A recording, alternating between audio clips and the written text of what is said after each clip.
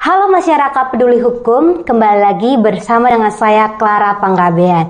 Ya, saat ini saya ingin berbincang-bincang dengan yang tidak asing lagi dan spesial buat kita semua, yaitu bersama dengan Ibu Dr. Wiwi Sri Widiarti SHMH.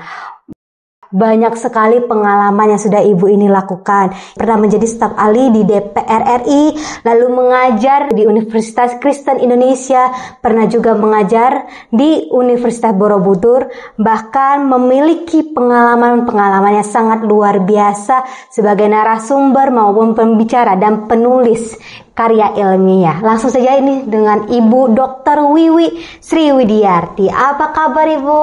Kabar baik, Clara.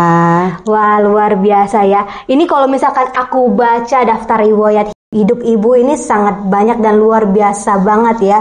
Ibu aktif di pendidikan, di kampus, sebagai ibu rumah tangga juga, bahkan di organisasi ya Bu, organisasi politik ya Bu. Iya, ya. Bu, boleh nggak share pengalaman Ibu, bagaimana Ibu bisa membagi waktu antara mengajar di universitas, lalu Ibu rumah tangga, aktif di organisasi, bahkan juga sebagai pembicara dimanapun. Ya, baik. Terima kasih. Selamat siang, ya, Clara, dan juga bagi nanti pemirsa yang menonton video ini. Pengalaman saya memang berkecimpung di organisasi sejak tahun 1990-an lah, gitu ya. Waktu itu saya juga berorganisasi di beberapa organisasi masyarakat ya. Ya, ada organisasi lembaga swadaya masyarakat, ada juga organisasi politik ya. Nah, dari situ kemudian saya ketika tahun 2000-an lah gitu ya, 2000-an saya melanjutkan studi saya ya di S2 hukum, S3 hukum juga. Kemudian saya melanjutkan, saya berpikir organisasi saja tidak cukup. Ya, saya juga tahun 90-an itu sudah berkarya ya. Berkarya mandiri ya, gitu ya. Ada usaha lah kecil-kecilan ya, mencoba mandiri supaya tidak membebankan orang tua, gitu ya.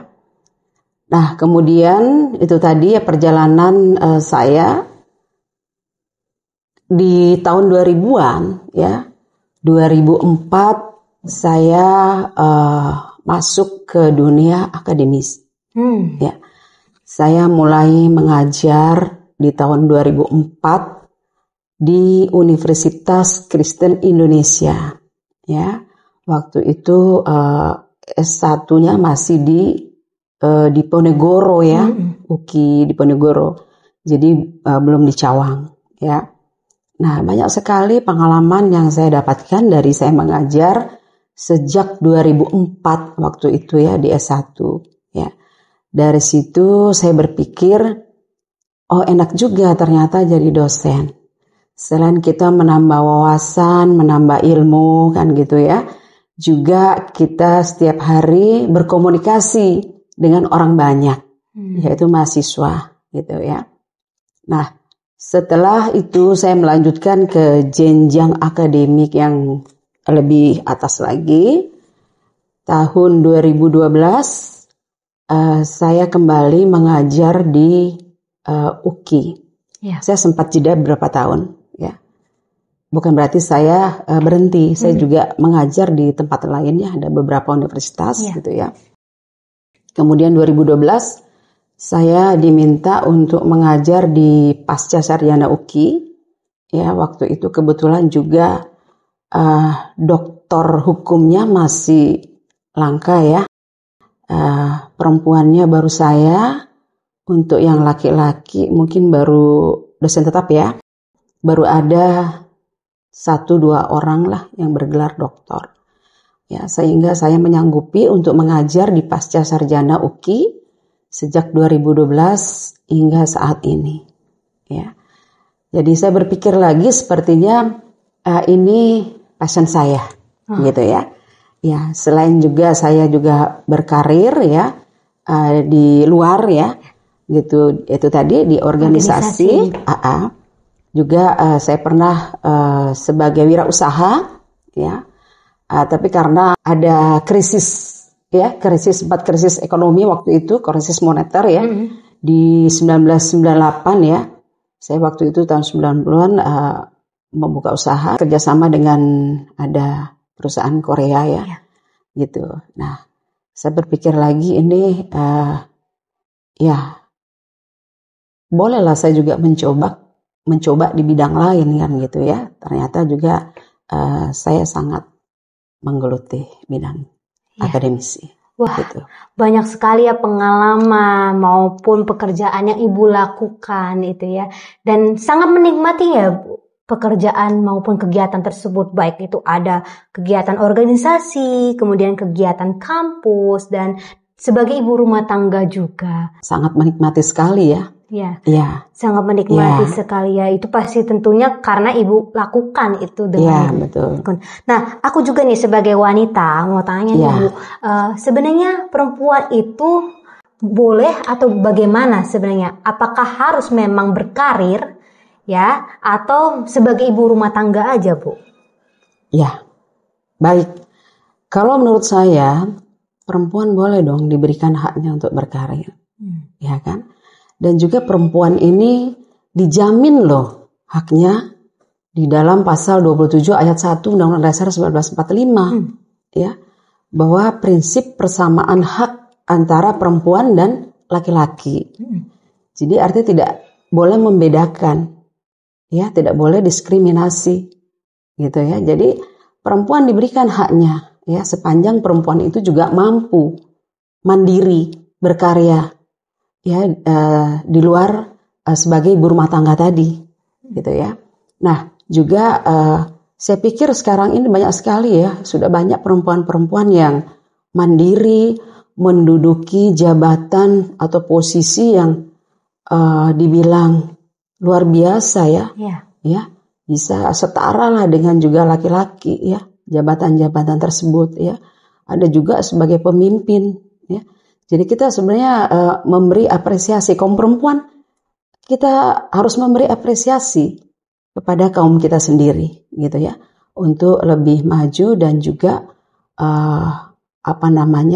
bisa berkarir ya. Betul. Tadi persamaan hak terhadap perempuan. Gitu. Seperti yang saya ketahui juga Bu, kalau perempuan itu juga dikasih jabatan, sehingga sebenarnya pemerintah mendukung juga untuk wanita-wanita berkarya. Ibu Dokter Wiwi ini bekerja, terus habis itu keluarga. Nah, apakah ada waktu untuk keluarga atau bagaimana tuh Bu? Membagi waktunya itu seperti apa sebenarnya Bu? Baik, saya juga mengurus anak saya, juga suami harus diurus ya, gitu ya. Jangan mentang-mentang kita sudah berkarya di luar, lalu rumah tangga nggak diurus ya.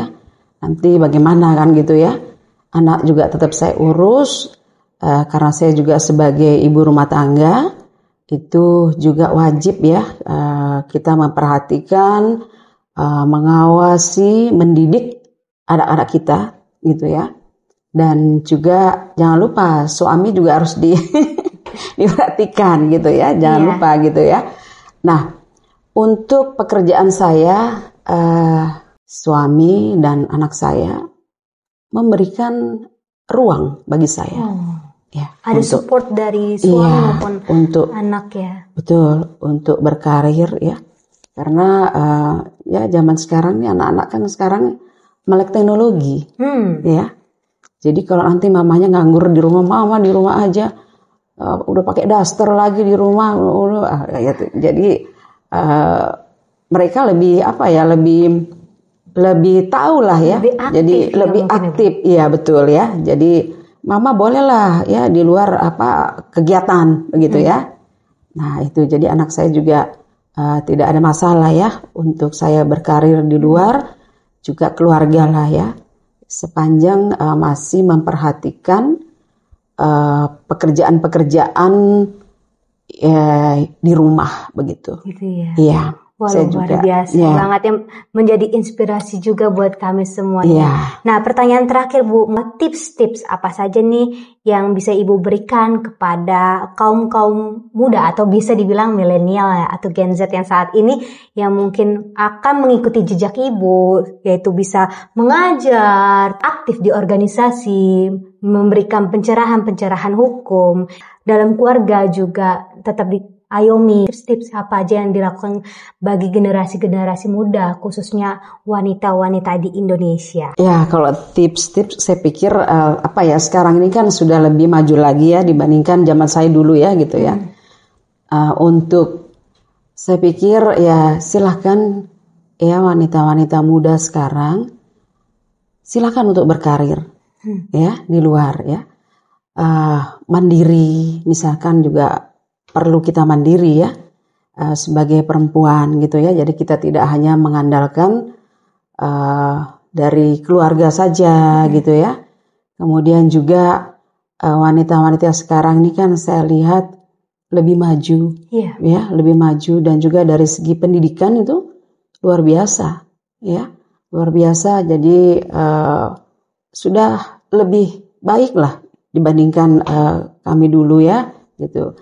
Dan untuk tips sih saya nggak ini ya, saya nggak terlalu karena saya lihat juga mereka sepertinya sudah bisa membagi waktu ya, seperti juga selain mereka bekerja ya, memulai karirnya di bidang lain ya misalkan bekerja sambil wirausaha namanya gitu ya, kan banyak sekarang ya, banyak gitu. Sekali Apalagi sekarang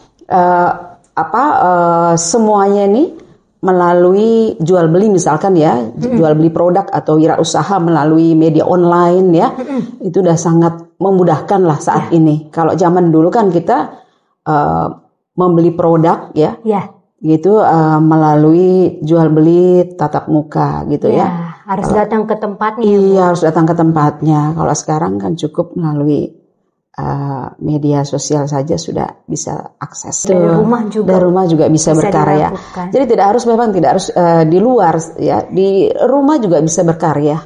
Ya, itu tadi sepanjang juga bisa mengurus keluarga dengan baik. Begitu. Mantap. Terima kasih banyak Bu atas kesempatannya kita dapat berbincang-bincang pada saat ini, dan mungkin nanti kita akan berbincang-bincang lebih dalam lagi seputar tentang hukum, khusus juga tentang perlindungan konsumen. Aku juga tertarik Bu, ternyata Ibu Wiwi juga banyak menulis tentang perlindungan konsumen ya. Baik, terima kasih masyarakat peduli hukum yang telah menyaksikan episode kali ini bersama dengan Ibu Dr. Wiwi Sri Widiarti SHMH. Nantikan episode lainnya yang tentunya pasti lebih seru lagi. Dan jangan lupa untuk like, subscribe, serta share kepada rekan-rekan semuanya untuk mendapatkan pengalaman-pengalaman serta nantikan video-video berikutnya. Sampai jumpa.